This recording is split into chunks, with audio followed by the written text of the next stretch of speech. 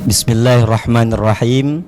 Assalamualaikum warahmatullahi ta'ala wabarakatuh.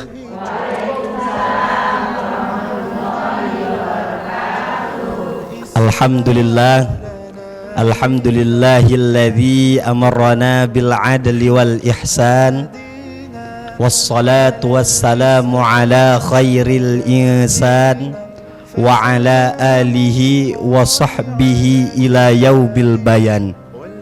Allahumma salli ala sayyidina Muhammad wa ala ali sayyidina Muhammad.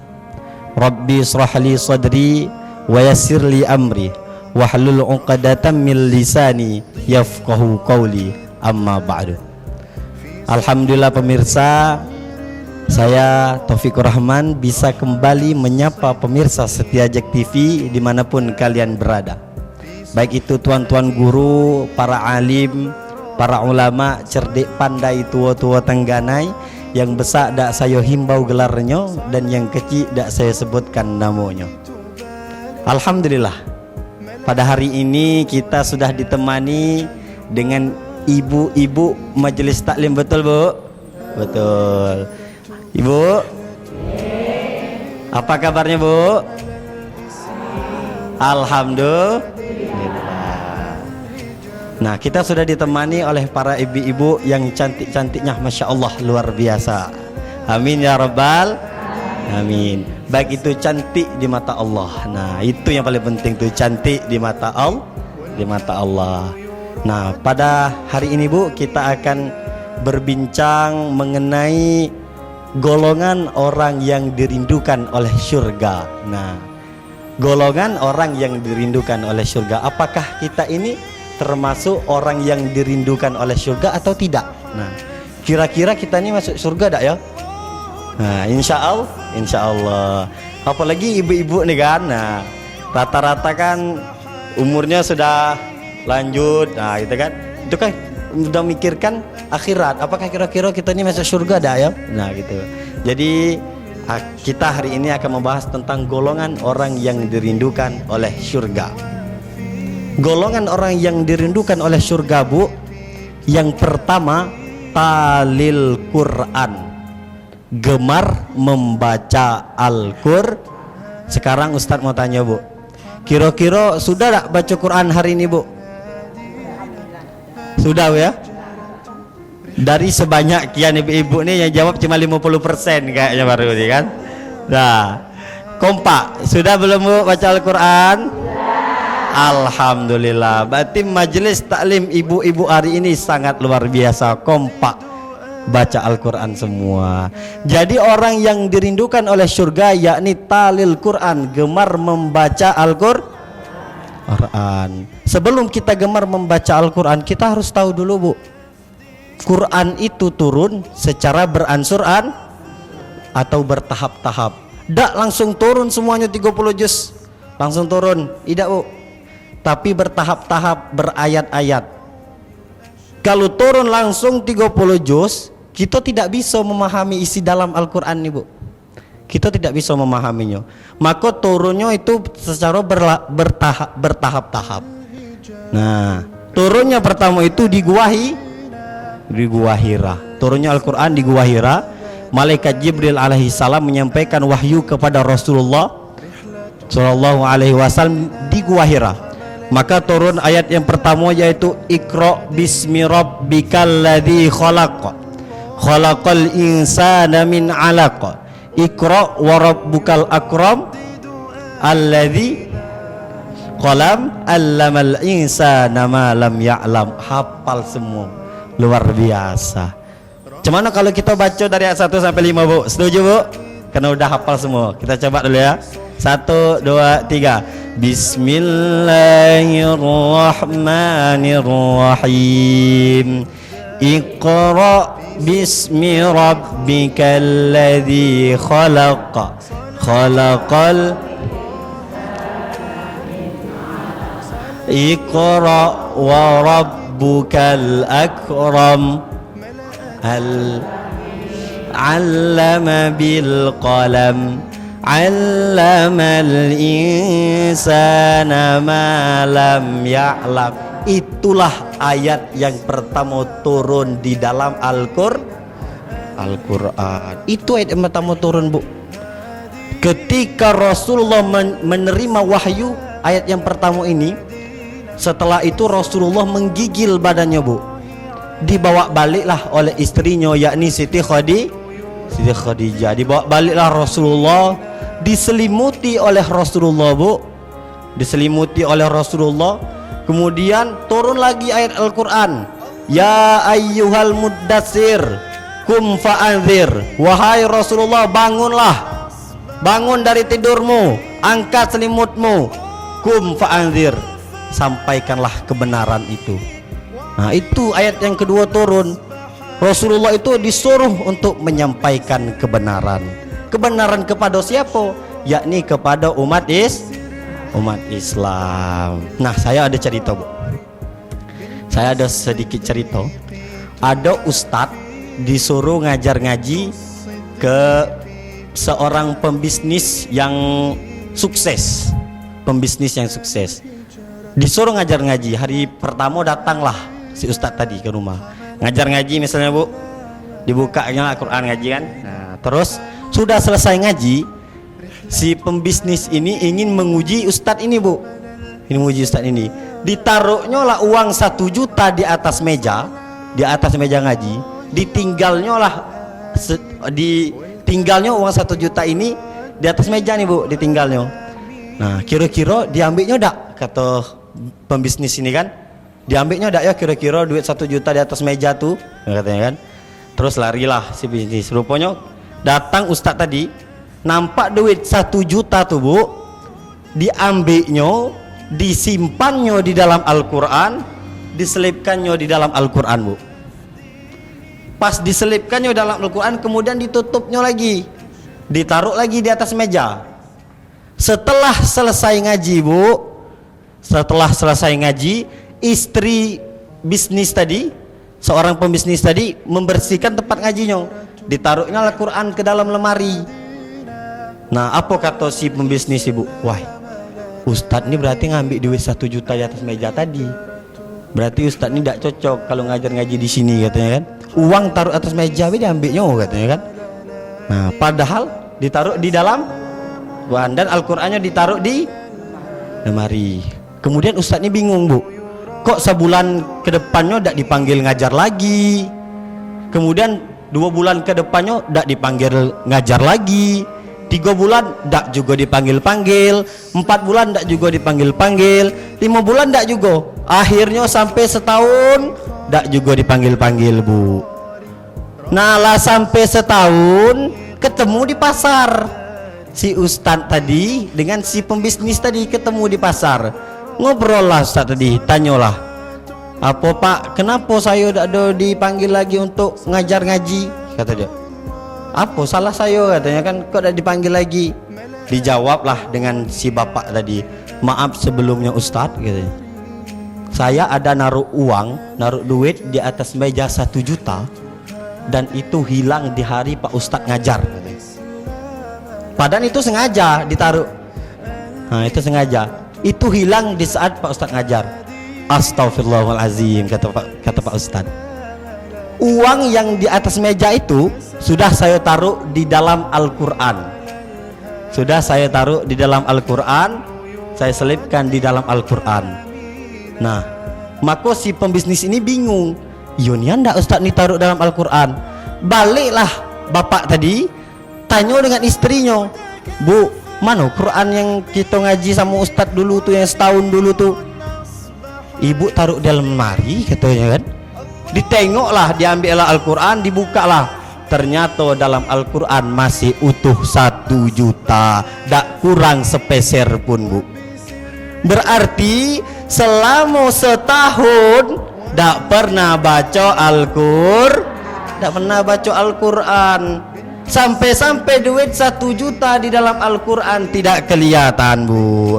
Berarti Al-Qurannya tidak pernah dibuka, hanya dipajang di lemari. Percuma kalau kita punya Al-Quran banyak bu, banyak gaya Al-Qurannya, ada warna pink, ada warna hijau, ada warna merah, ada warna putih, tapi tidak pernah dibaca, itu percuma. Maka dikatakan orang yang dirindukan oleh surga adalah talil Quran, gemar membaca Al-Quran. Nah mungkin seperti itu bu. Masih banyak yang akan kita bahas lagi mengenai orang yang dirindukan oleh surga. Maka dari itu akan kita lanjutkan setelah yang berikut ini. Tetap di Lensa Qalbu.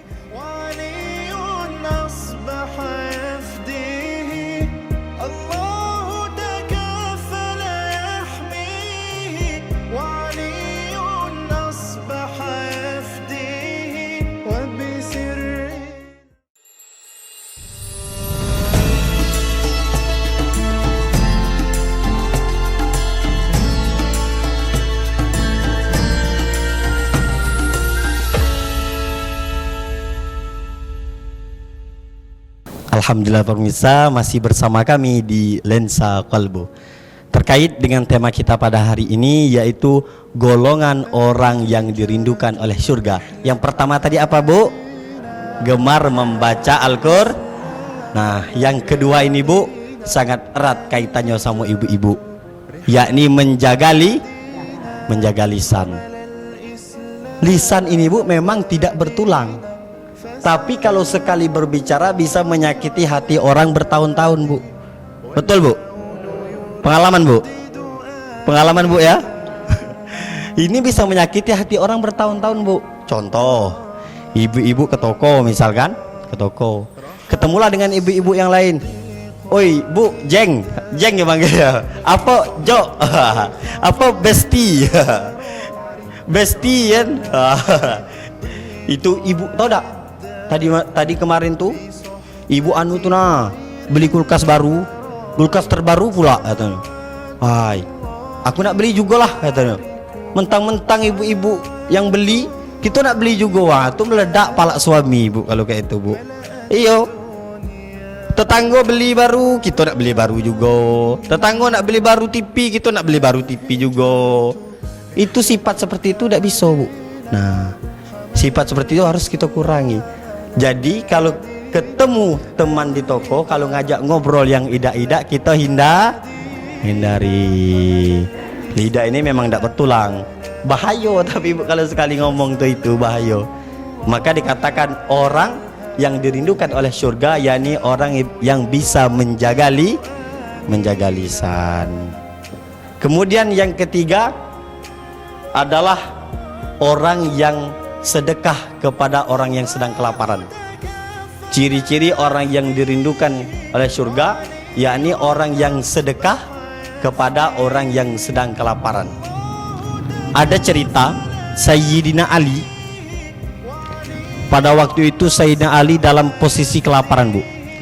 Sayyidina Ali tahu bu? Sayyidina Ali ini adalah sahabatnya Rasulullah, sekaligus menantunya Rasulullah, karena menikahi anak Rasulullah yang bernama Fatimah. Nah, jadi Sayyidina Ali ini sahabatnya sekaligus menantunya. Sayyidina Ali ini dalam posisi lapar, haus, lapar, kemudian baliklah.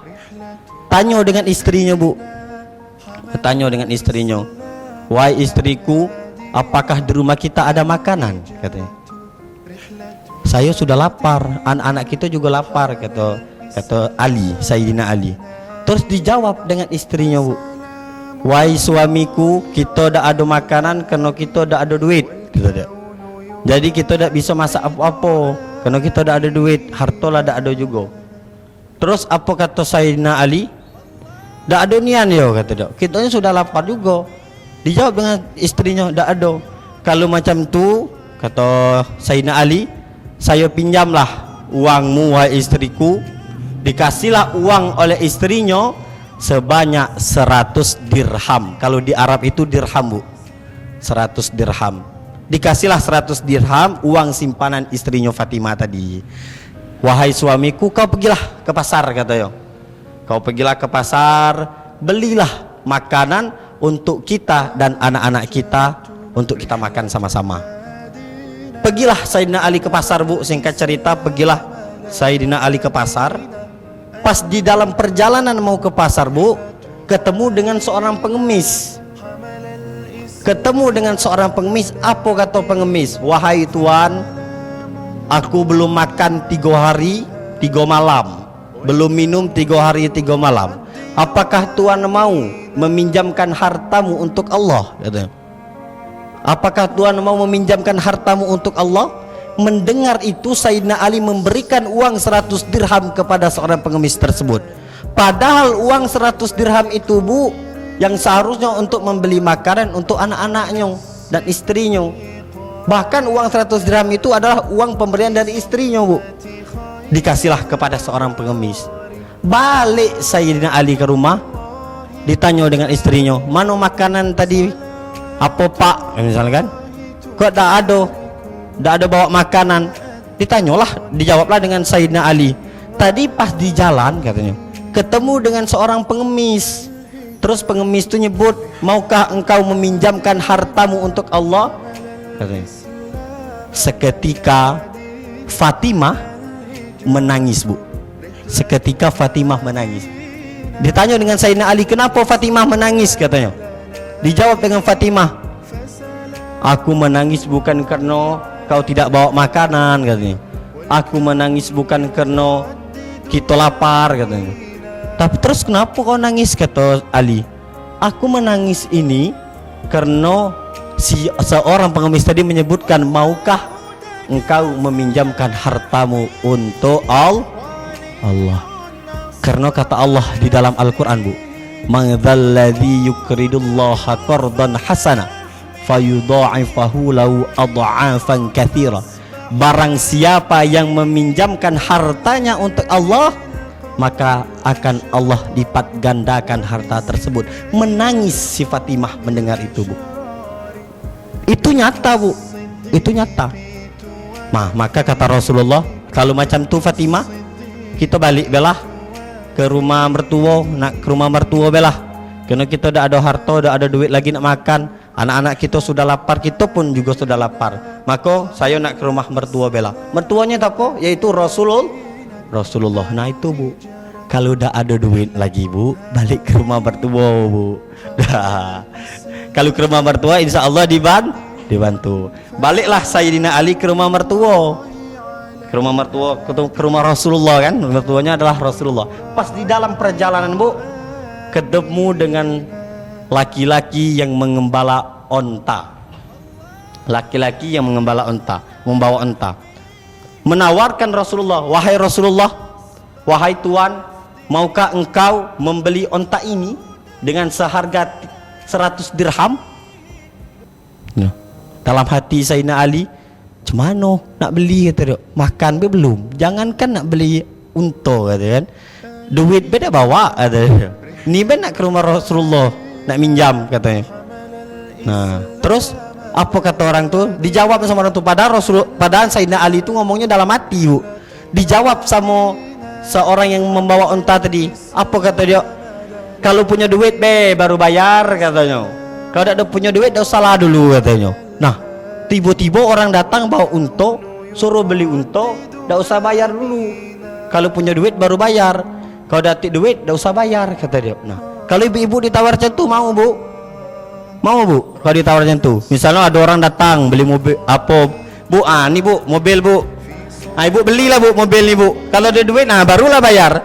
Kalau ada duit, nah dah usahlah, Bu, bayar. Kalau ada duit, tunggu ibu ada duit lah, kapan pun ibu ada duit, nah barulah bayar. Mudah tik duit, nak macam mana lah nak bayar mudah tik duitnya, kan, katanya, kan. Nah, macam tu, mau, Bu, kira-kira, Bu? Tak mau, Bu. Rugilah kalau tak mau, Bu. Rugi kalau tak mau, Bu. Mobil dikasih sia-sia, ada duit, bayar. Kalau tak, sudahlah, katanya. Tak mau. Nah, di situ orang itu menawarkan kepada Sayyidina Ali. Apa kata Sayyidina Ali? Kalau macam tu, okeylah, kata dia. Iyalah kalau macam tu, saya ambil lah unta ni. Maju lagi membawa unta tadi, Bu, lah jalan ke rumah Rasulullah. Ketemu lagi dengan orang. Wahai Tuan, aku beli unta ini dengan seharga 300 dirham. Apa kata Sayyidina Ali, Bu? Aku tadi beli 100 dirham belum bayar pula, kata dia, kan. Ini ada pula orang nak beli 300 dirham, untung 200 dirham katanya kan. Padahal belum bayar 100 dirham tadi. Nah ini ada orang nak beli 300 dirham, untung aku berarti, kata Sayyidina Ali kan.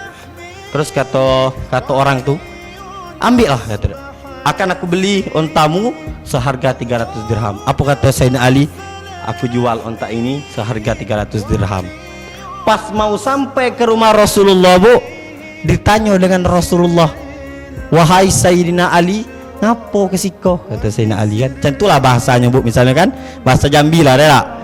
Ngapo kesiko katanya. Padahal Rasulullah tuh udah tahu tujuan aslinya, Bu. Lah tahu bahwasanya yang terjadi dalam perjalanan itu Rasulullah sudah tahu, Bu. Nah, pas ditanya apa kata Sayyidina Ali, tadi aturannya aku nak minjam duit, kata dia kan. Tapi dalam perjalanan ada seorang yang menjual ontanya dengan seharga 100 dirham. Padahal aku tidak punya duit, dia suruh bawa lah, kata dia. Aku bawa lah, katanya. Nah, pada dalam perjalanan lagi ada orang nak beli unta lagi 300 dirham, untung 200 dirham aku. Mana yang tadi belum bayar, kata dia. Nah, kata Rasulullah, itu orang yang pertama kali menawarkan onta kepadamu dengan harga 100 dirham itu adalah malaikat Jibril alaihi salam yang menyerupai manusia. Kenapa malaikat Jibril alaihi salam menyerupai manusia, Bu? Hanya untuk membalas kebaikan yang dilakukan oleh Sayyidina Ali. Dikarenakan apa? Karena Sayyidina Ali telah meminjamkan hartanya untuk Allah.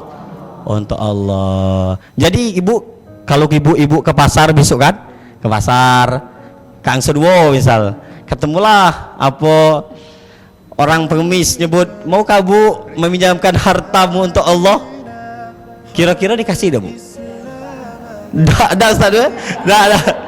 Dak lagi, Bu ya. Padahal janji Allah, Bu, man dzalladzi yuqridullah, barang siapa yang menyediakan harta untuk Allah, Allah lipat gandakan. Nah, tapi kalau zaman sekarang dak lagi, Bu ya. Itu zaman Nabi, Bu ya. Nah, jadi orang yang dirindukan oleh surga adalah orang yang bersedekah kepada orang yang sedang kelaparan. Seperti itu, Bu. Kemudian golongan orang yang dirindukan oleh surga selanjutnya yaitu orang yang berpuasa di bulan Ramadan. Karena Ramadan kita sudah lewat, kira-kira kemarin Ibu Ramadan puasa full lah, Bu? Insyaallah full, Bu ya. Full, Bu. Insyaallah full. Fullnya satu hari apa setengah hari, Bu?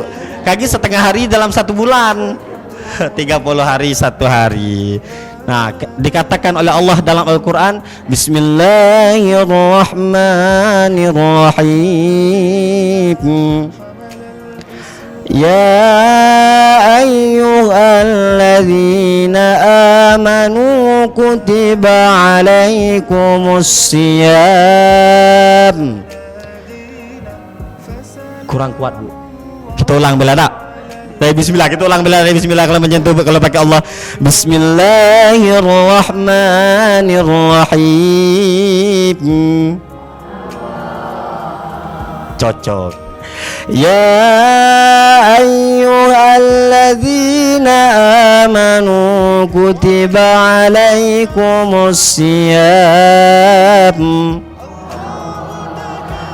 kama kutiba alal ladzina min qablikum la'allakum tattaqun. Shadaqallahul azim. Wahai orang-orang yang beriman, kata dia di situ, Bu, kerjakanlah atasmu puasa pada bulan Ramadan. Berarti yang disuruh hanya orang beriman. Kalau tidak berpuasa berarti dia tidak Nah, kalau ibu-ibu belum puasa, tidak puasa berarti ibu-ibu tidak beriman berarti. Karena di situ disuruh hanya orang-orang yang beriman yang mengerjakan puasa. Agar kamu apa? La'allakum tattaqun, agar kamu bertakwa. Beriman tadi apa kata Rasulullah? Al-imanu tasdiqum bil qalbi. Iman yakni membenarkan dalam hati. Apabila hati kita yakin dan seyakin-yakinnya, Bu, wa iqrarum bil lisan, maka mengikrarkan dengan lisan. Apabila hati dan lisan sepakat untuk mengikrarkan keimanan, wa amalum bil arkan, maka mengamalkan dengan anggota tubuh. Seluruh anggota tubuh kita nih dari atas sampai bawah itu beriman kepada Allah Subhanahu wa taala. Nah, setelah kita beriman, agar apa tadi? La'allakum tatakun, agar kita bertakwa. Pintar-pintar galau Ibu majelis taklim ini, luar biasa Bu. Agar kita bertakwa. Apa dikatakan menurut Talak bin Habib rahimahullah yang dikutip dalam Majmu'atul Fatawa Ibnu Taimiyah bab 4 mengatakan Bu, at-taqwa anta'mala bi ta'atillahi ala nurin minallah tarju rahmatallah wa anta truka ma'siyatillahi ala nurin minallah takhafu adzaballah. Takwa adalah engkau mengamalkan ketaatan kepada Allah di atas cahaya dari Allah, engkau mengharapkan rahmat Allah. Engkau meninggalkan kemaksiatan di atas cahaya dari Allah, engkau takut siksaan Allah. Itu yang dinamakan takwa Bu. Jadi ciri-ciri orang yang dirindukan oleh surga yang pertama tadi apa Bu? Talil Quran, ini gemar membaca. Kemudian yang kedua wahafizul lisan, yakni orang yang bisa menjaga lisan. Yang ketiga apa Bu? Sedekah kepada orang yang sedang kelaparan. Yang keempat apa Bu? Berpuasa di bulan Ramadan. Jikalau kita ingin masuk surga Bu, ingin dirindukan oleh surganya Allah, maka 4 hal ini harus kita jaga Bu. 4 hal ini harus kita jaga dengan baik. Agar apa? Agar surganya Allah rindu kepada kita. Jangan pula kira mentang-mentang surga rindu berarti kita nak mati lah ya Bang Ustaz. Tidak Bu. Dalam artian di sini surga rindu, bahwasanya surga itu pengen kita tuh masuk di dalam itu. Nah, seperti itu Bu. Bukan mentang-mentang surga rindu berarti kita nak mati lah, tidak Bu. Tidak seperti itu. Mungkin seperti itu Bu. 4 golongan orang yang dirindukan oleh surga. Baiklah pemirsa, akan kita lanjutkan setelah yang satu ini. Tetap di Lensa Qalbu.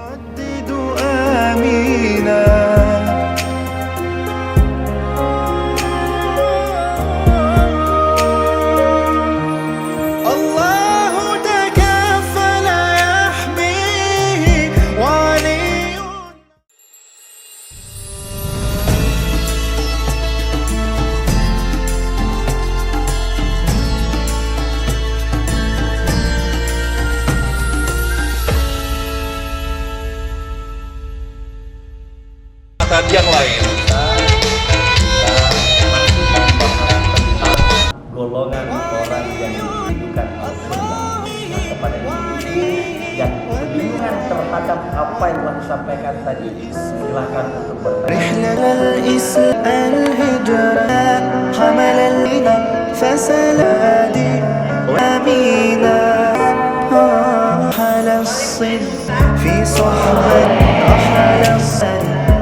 صاري صلاركم سباركم بالأنوار الهجرة حمل لنا الهينا هدينا فالهادي آمين الله وعليه أحميه أفديه.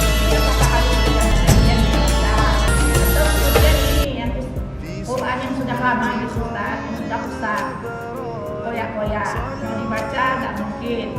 Itu harus kita kemanakan Ustaz? Atau kita simpan saja, atau misalnya mau dibuang kan nggak boleh Ustaz ya. Jadi mohon penjelasan mana yang baik Ustaz. Terima kasih. Assalamualaikum warahmatullahi wabarakatuh.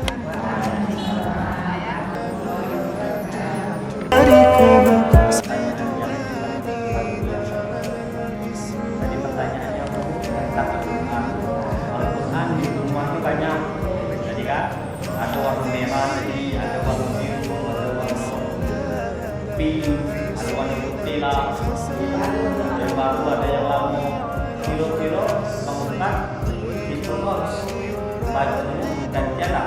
Kalau hari Senin hari warna pink, hari Selasa warna putih, hari Rabu warna biru, hari Kamis warna hijau.